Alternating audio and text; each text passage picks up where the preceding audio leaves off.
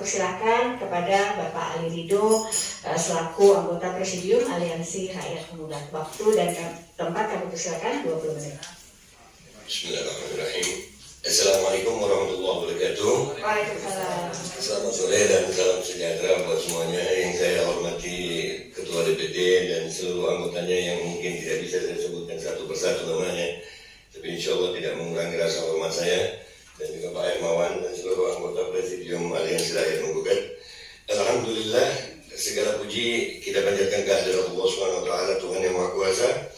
Karena alhamdulillah hari ini kita dapat kesempatan yang luar biasa ini, kesempatan yang membuat kami mempunyai harapan, karena kami sudah terbiasa menyampaikan aspirasi kami lewat media sosial tapi dibungkam, di jalanan tapi nggak didengar.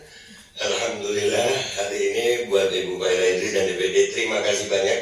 Semoga ini menjadi langkah awal yang baik adanya hubungan antara rakyat dan wakil rakyat di negara kita Indonesia. Amin. Jadi di waktu yang singkat ini sebenarnya tadi kami agak gimana dengan pemaparan tadi, tapi nggak apa-apa. Kami siapkan dulu apa yang kami mau sampaikan.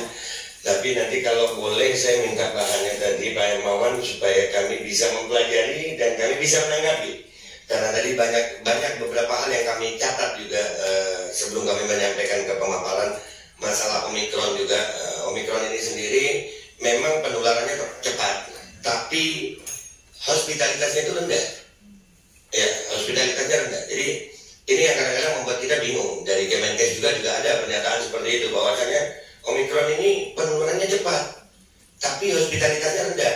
Ciri-cirinya sama aja, batuk pilek gitu. Nah, karena hospitalitasnya rendah, jangan ditakut-takutin rakyat sama kematian. Ya, jadi seolah-olah penyebarannya luar biasa. Enggak, sakitnya sama aja. Ya, jadi kadang-kadang cara membangun narasi ke masyarakat itu jangan yang menimbulkan ketakutan. Ya, jadi masyarakat ini perlu informasi yang jelas. Jangan menceritakan Omikron sudah tersebar, tapi kita nggak diceritakan tentang hospitalitasnya. Nah, contoh lagi, masalah angka kematian yang kemarin tinggi. Ya, angka kematian yang kemarin tinggi itu, yang dikatakan COVID sampai 4 juta lebih, itu sebutkan juga PCR berapa, antigen berapa, rapid test berapa, yang di COVID kan berapa. Karena sampai hari ini kami tidak menemukan orang yang meninggal karena COVID dilakukan otopsi klinis. Belum ada. Satu orang pun belum ada. Bahkan alhamdulillah satu dari anggota kami, adiknya termasuk korban. Mudah-mudahan korban berada di tempat yang baik. Adik dari Vicky Fatun namanya Trio Fauki, bulan Ramadan meninggal dunia karena habis divaksin AstraZeneca. Dan ini perlu anggota DPD tahu. Setelah meninggal, ibu beliau minta diotopsi. Mau untuk otopsi karena untuk masyarakat Indonesia katanya. Dilakukanlah otopsi, diangkat jenazah dari dalam kubur. Dilakukan otopsi, dilakukan pemeriksaan. Tapi setelah diangkat, tidak ditemukan ada penyebab kematian lain. Tapi begitu ibunya tanya, apakah penyebabnya karena vaksin? Kami tidak bisa memastikan itu. Lalu apa?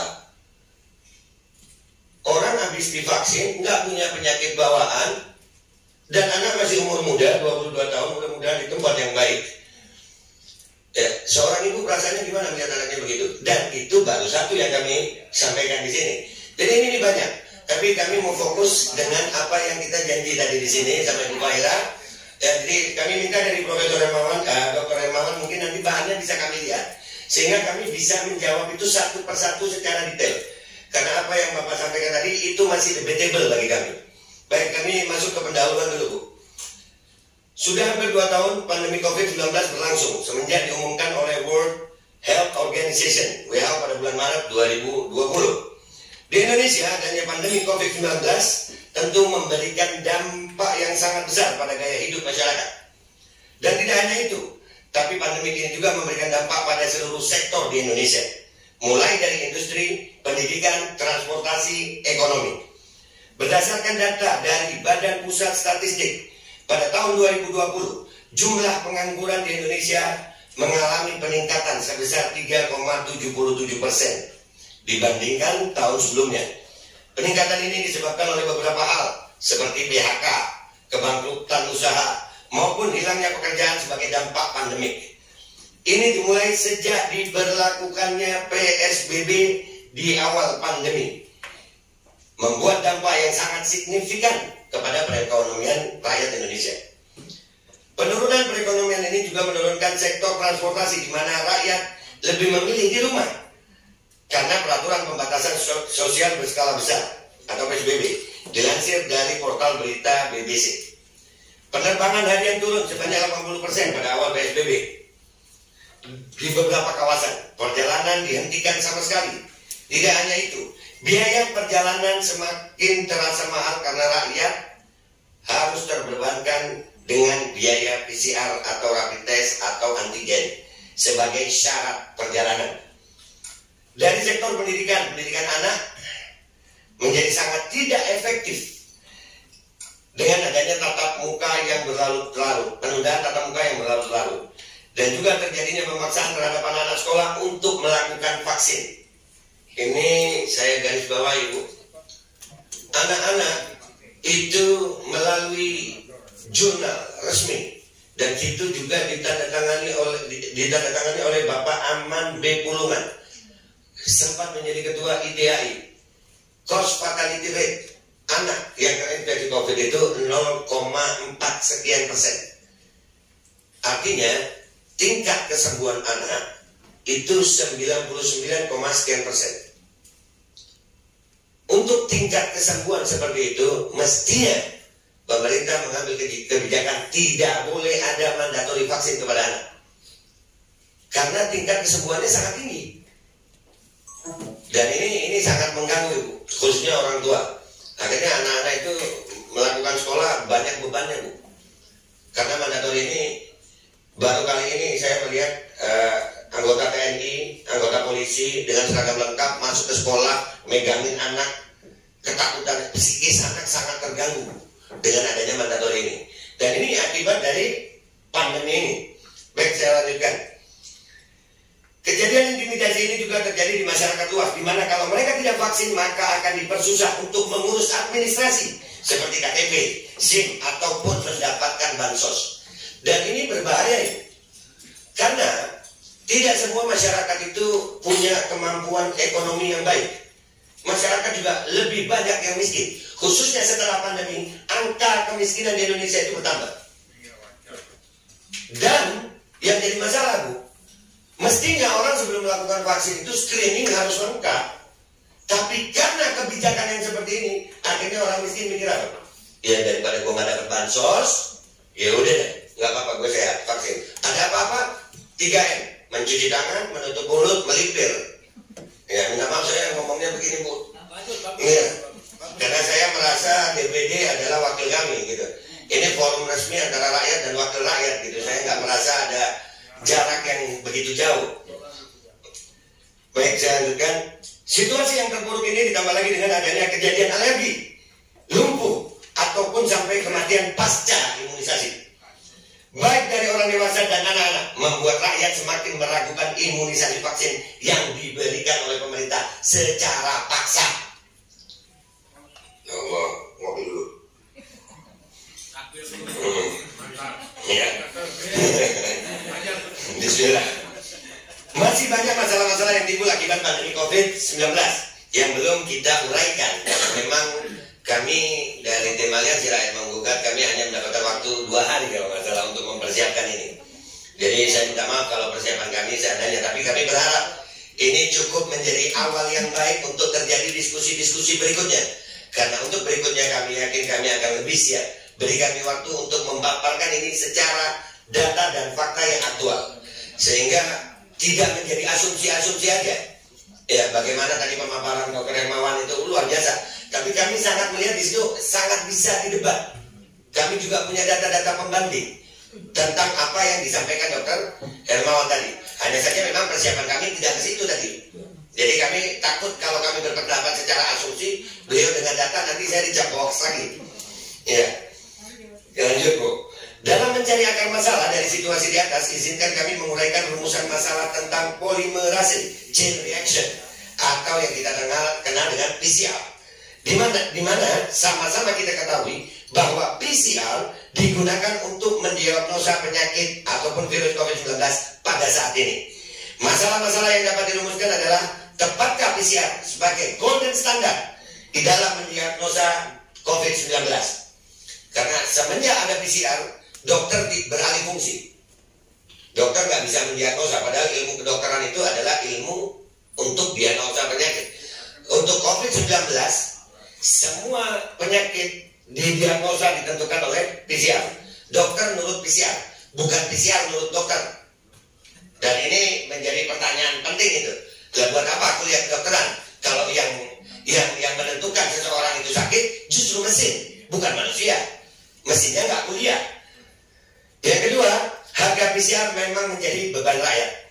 Jadi tujuan pembahasan ini adalah satu, kita mengetahui apakah PCR merupakan media yang tepat dalam mendiagnosa COVID-19. Yang kedua, menemukan permasalahan kenapa harga PCR menjadi beban atau biaya tambahan bagi rakyat. Manfaat dari pembahasan ini, kami berharap menggapai suatu rasa keselamatan, kesusilaan, dan ketentraman yang memungkinkan bagi setiap warga negara dalam menghadapi pandemi COVID-19 ini, dan merubah status pandemi ini menjadi endemi. Tepatkah PCR sebagai golden standard dalam mendiagnosa COVID-19?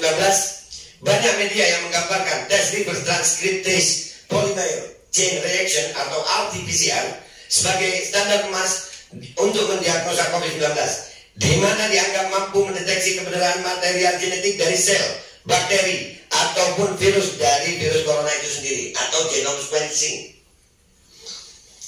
Tetapi penemu dari alat PCR ini sendiri, Dr. Kerry Mullis, tidak pernah bermaksud menggunakan alat temuannya sebagai alat diagnostik. Dan beliau sendiri mengatakan secara terbuka, PCR hanyalah sebuah proses yang memungkinkan Anda membuat banyak hal dari sesuatu. Itu tidak memberitahu Anda bahwa Anda sakit atau hal yang Anda alami akan menyakiti Anda atau semacamnya. Jadi kalau boleh digambarkan secara garis besar, PCR itu adalah alat fotokopi genetika, memperbanyak apa yang jadi di dalam sampel genetika yang diambil dari seseorang. Mereka cuma PCR itu memperbanyak. Baik, tes PCR memiliki riwayat yang tidak akurat dan tidak dapat diandalkan. Tes PCR COVID menghasilkan banyak false positif atau positif palsu dengan bereaksi terhadap bahan DNA yang tidak spesifik untuk SARS-CoV-2. Sebuah penelitian di China menemukan bahwa pasien yang sama bisa mendapatkan dua hasil yang berbeda dari tes yang sama pada hari yang sama. Di Jerman, tes diketahui telah bereaksi terhadap virus flu biasa. Terhadap virus flu biasa juga bereaksi. Berarti bisa saja orang yang dikatakan positif dengan PCR itu ternyata virus lain atau virus flu biasa. Sebuah studi tahun 2006 menemukan tes PCR untuk satu virus menanggapi virus lain juga sama. Itu ada di tahun 2006. Pada tahun 2007, ketergantungan pada tes PCR menghasilkan wabah batuk rejan yang sebenarnya tidak pernah ada. Karena data-data ini, saya pribadi sekitar 5 bulan yang lalu melakukan tes PCR 5 kali dalam sehari. 5 kali dalam sehari di tempat yang berbeda di satu daerah yang sama. Saya melakukan tes jam 8, jam 9, jam 10, jam 11, jam 12. Keesokan harinya saya menerima hasilnya. Luar biasa Bu hasilnya. Menurut tes PCR, Babe Aldo adalah orang yang kena COVID sehari 2 kali langsung sembuh. Karena jam 8 hasilnya negatif, jam 9 positif. Jam 10 negatif, jam 11 positif. Jam 12 negatif. Berarti dengan diagnosa PCR, saya sudah kena COVID 2 kali langsung sembuh dalam 1 hari. Ya, dan itu datanya ada. Dan ini kenapa kami jadi ragu-ragu? Perlu adanya keterbukaan. Dan kami berterima kasih kepada Dr. Hermawan. Dengan data yang Dr. Hermawan punya, alhamdulillah kami mendapatkan masukan untuk mempersiapkan kalau kami masih dipercaya untuk menyampaikan apa yang kami punya, kami akan bersedia menjawab semua apa yang Dr. Hermawan tadi sampaikan. Baik, saya lanjutkan. Nilai CT dari tes PCR terlalu tinggi. Menurut pakar biologi molekuler Ahmad Rusdan Utomo, angka dalam CT value itu menunjukkan banyaknya jumlah siklus yang dilakukan dalam mencari materi genetik virus dari sampel lendir atau hasil swab pasien. Justru semakin tinggi CT value itu berarti materi genetikanya lebih sedikit, karena kan jumlahnya siklus. Semakin banyak siklus yang diperlukan, berarti materinya lebih sedikit. Malah bisa jadi nggak ada kalau sampai 40 nggak ketemu juga. Ya, PCR itu dia berputar, Bu. Itu siklus namanya. Pada pedoman dan prosedur operasi standar pengujian virus COVID-19 di laboratorium NHS menetapkan batasan pada 40 siklus. Dan di bawah ini adalah beberapa analisa tentang nilai CT. Tes PCR dijalankan dalam siklus. Jumlah siklus yang digunakan untuk mendapatkan hasil dikenal sebagai ambang siklus atau nilai CT. Kevin Mullis berkata, jika Anda harus menjalani lebih dari 40 siklus, ada sesuatu yang salah dengan PCR Anda. Dan ini banyak terjadi di laboratorium di Indonesia yang punya PCR. Dan perlu digarisbawahi juga, PCR ini adalah alat bagus, tapi kalau penggunaannya tidak bagus, maka alat itu bisa menghasilkan sesuatu yang tidak bagus juga. Kita tahu bahwasannya angka terinfeksi COVID itu golden standarnya menggunakan PCR. Sebagai orang yang Dr. Hermawan ya mengetahui, bisakah melakukan tes PCR dengan cara drive-thru di tempat terbuka? Ini banyak, sangat banyak. Dan sebagai orang yang memahami, mestinya itu ditutup. Tidak boleh. Kenapa? Karena sampel itu bisa kena angin, ada zat asing dari luar. Dan ini tetap ada gitu. Dan kalau di situ ada hasil positif di situ, apakah ini bukan namanya false positif? Dan kalau ini namanya false positif, berapa angkanya yang palsu? Dan ini perlu menjadi perhatian buat anggota DPD, khususnya Ibu Fahira. Karena praktek yang terjadi drive-thru, Bu, sangat tidak masuk akal. Siang-siang debu apa. Bahkan saya nggak sedikit karena saya juga riset. Maklum dok, saya bukan dokter, jadi saya harus riset keliling. Saya menemukan petugas swab itu adalah petugas yang dibayar dan bukan nakes. Bukan nakes. Jadi murni bisnis. Ini memang bisnis. Dari perubahan harga yang seperti itu, ini murni bisnis. Apalagi kata dokter tadi, kebutuhan banyak, barang sedikit. Lah yang membuat kebutuhan banyak apa? Kebijakan. Ya, adanya supply dan demand dalam PCR ini yang membuat itu apa? Kebijakan pemerintah. Regulasi. Kalau regulasi ini tidak ada, nggak ada itu supply dan demand. Karena menjadi syarat ini. Dikit-dikit PCR. Akhirnya ada supply dan demand.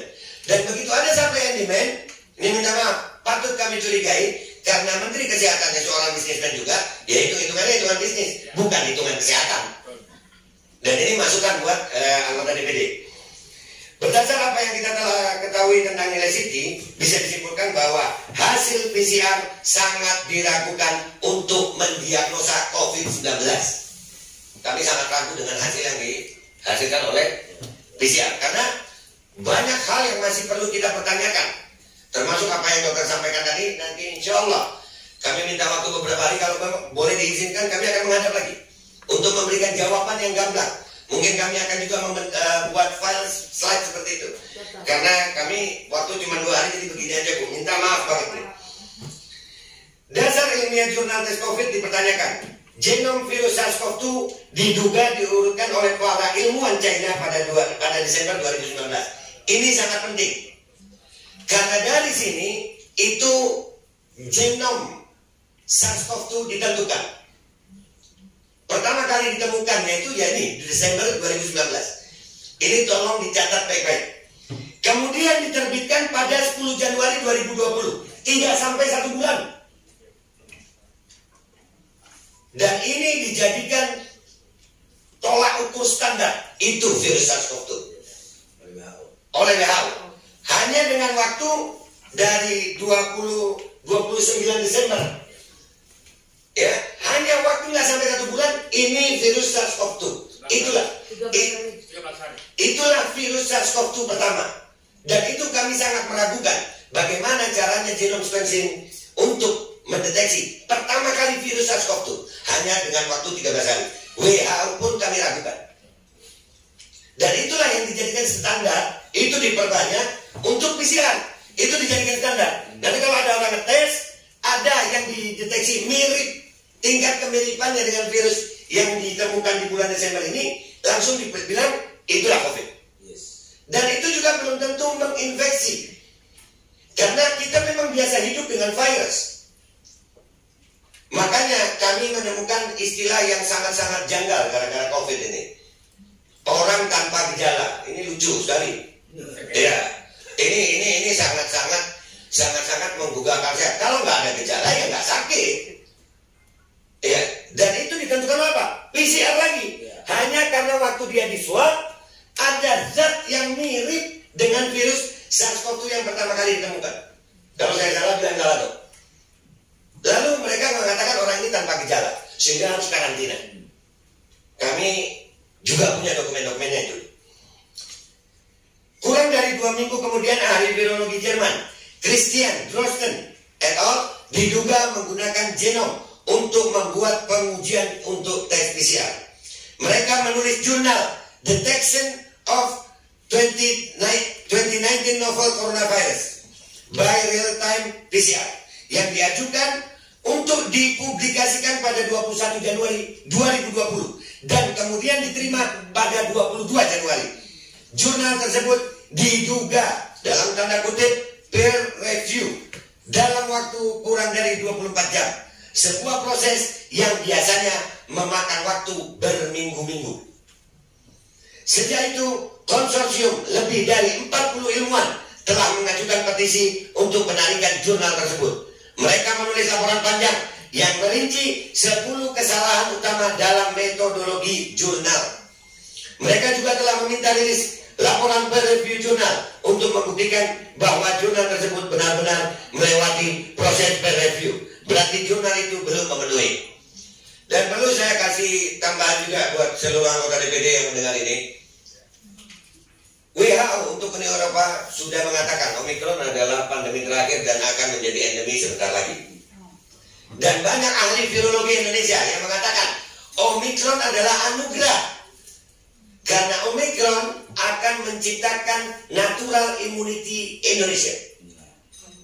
Karena fatalitasnya itu rendah, hospitalitasnya itu rendah, itu bisa meningkatkan natural immunity. Dalam tubuh manusia, Bu, perlu dicatat. Ini yang kadang kita suka ditutupin informasinya. Tolong kasih tahu pemerintah bahwa natural immunity itu jauh lebih baik, jauh lebih kuat daripada imunitas buatan dari vaksin. Dan kami punya jurnalnya itu. Baik, harga PCR menjadi beban bagi rakyat. PCR di seluruh dunia menjadi standar emas untuk mendiagnosa COVID-19. Tentu saja ini menambah biaya rakyat dikarenakan semua aktivitas dibutuhkan hasil PCR dan hanya berlaku beberapa hari saja. Pada awal pandemi COVID-19, harga PCR yang menyentuh harga 2,5 juta sempat ramai menjadi perbincangan.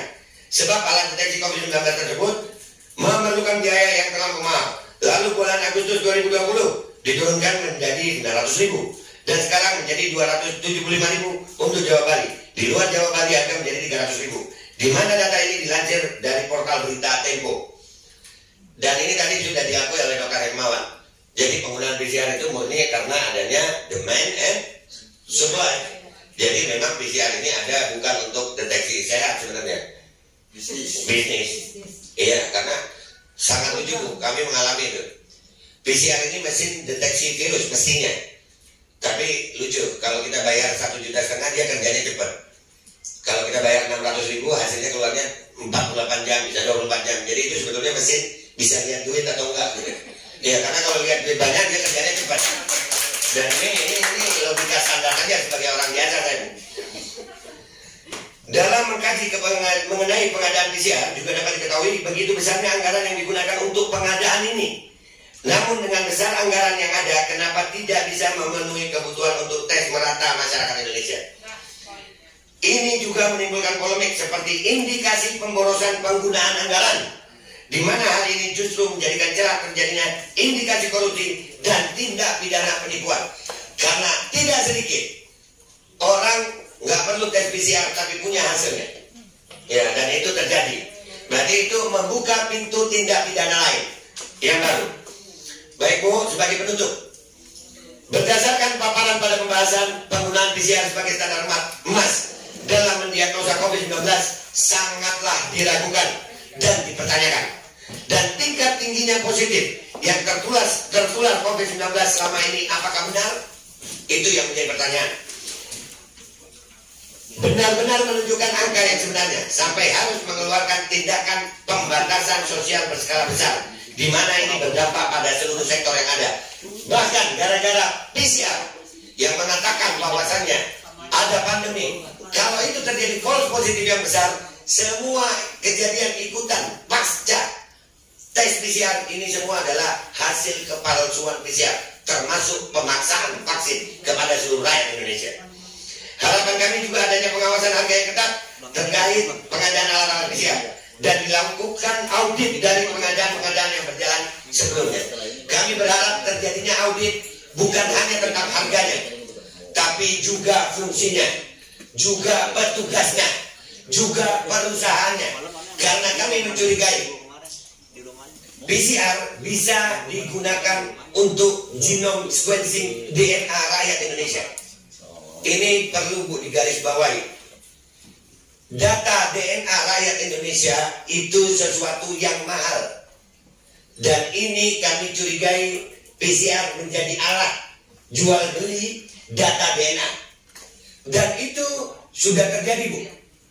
Sudah ada kami menemukan hacker peretas dari Indonesia yang menjual data klinis pasien rakyat Indonesia. Jadi kami mengetahui ini perlu kami sampaikan. PCR bukan hanya bisnis Bu, tapi bisa menjadi collecting data DNA rakyat Indonesia. Karena dari sampel yang diambil, itu genome sequencingnya, pemetaan genetikanya, itu semua sampel bisa di sequencing di situ, termasuk data DNA kita Pak. Dan ini sangat-sangat berbahaya bagi rakyat Indonesia. Dan saya sebagai penutup Ibu, saya mau menunjukkan bahwasannya di situ kami ambil dari Alibaba.com harga satu PCR. Itu juga kami tampilkan di situ ada. Ya. Nggak apa-apa. Udah nggak apa-apa ya. Ya, insya Allah Ibu paham aja ya. Ya, jadi dengan harga yang dijual Bu di sebuah situs online itu masih ada penggelembungan dana per alat, diperkirakan plus minus 100 juta per alat. Itu padahal kita menggunakan harga pembandingnya dari situs online internasional Alibaba.com. Mestinya dengan pengadaan yang dilakukan oleh pemerintah, mereka bisa mendapatkan alat yang lebih murah, alat yang lebih kompatibel, alat yang lebih bagus. Dengan hitungan yang ada sekarang ini, maka kami mencurigai bahwasannya per alat bisa terjadi penggelembungan dana sekitar minimal 100 juta rupiah per alat. Ada berapa alat ini? Jadi kami melihat kegagalan PCR ini Bu, kegagalan kompleks dari mulai fungsinya, harganya, sampai bisnisnya, sampai pegawainya. Dan itu kami sudah melakukan riset Bu, kami keliling. Iya, dan itu petugas yang melakukan swab PCR bukan nakes dan bukan orang yang terlatih dalam itu. Bahkan pemerintah melakukan pembiaran terhadap cara penggunaan PCR. Seperti yang saya sampaikan tadi, PCR tidak boleh dilakukan di ruang terbuka, di jam-jam yang siang, di tempat drive-thru itu, ya dokter lebih tahu. Kita harus di tempat yang klinis, yang tidak boleh ada infeksi dari luar. Nah, kalau di tempat luar begitu, berapa banyak itu? Itu zat asing berapa banyak yang nempel? Karena semuanya nggak bisa dilihat oleh mata. Jadi ini Bu, yang bisa saya sampaikan, mudah-mudahan menjadi catatan baik dan mudah-mudahan menjadi kerjasama yang baik dengan Profesor Hermawan, sehingga terjadi kerjasama. Kita sama-sama mau Indonesia terlepas dari pandemi. Ya, dan alhamdulillah di Inggris sudah dokter-dokternya. Di Amerika 17.000 dokter dan ilmuwan bergabung untuk menolak mandatori dan mengatakan bahwasannya pandemi ini adalah false pandemi. Mudah-mudahan ini jadi langkah awal yang baik dan insya Allah menjadi kebaikan buat seluruh rakyat Indonesia. Saya minta maaf kalau ada salah. Wabillahi taufiq wal hidayah. Wassalamualaikum warahmatullahi wabarakatuh. Luar biasa Bang Ali Ridho dari Presidium Aliansi Rakyat Menggugat. Terima kasih untuk paparannya luar biasa. Izinkan ini saya memperkenalkan Wakil Ketua 1 Ibu Elviana. Ini beliau ini anggota DPD RI dari Jambi. Nah, terus kemudian ada anggota lagi nih yang hadir, ya. Di belakang ada yang cantik-cantik, Ibu Maya Rumantir, anggota DPD RI dari Sulawesi Utara, dan juga yang cantik Ibu Armiza, anggota DPD RI dari Sumatera Selatan. Nah, jadi ini Indonesia Barat, Tengah, Timur udah lengkap semua ini, Pak Dr.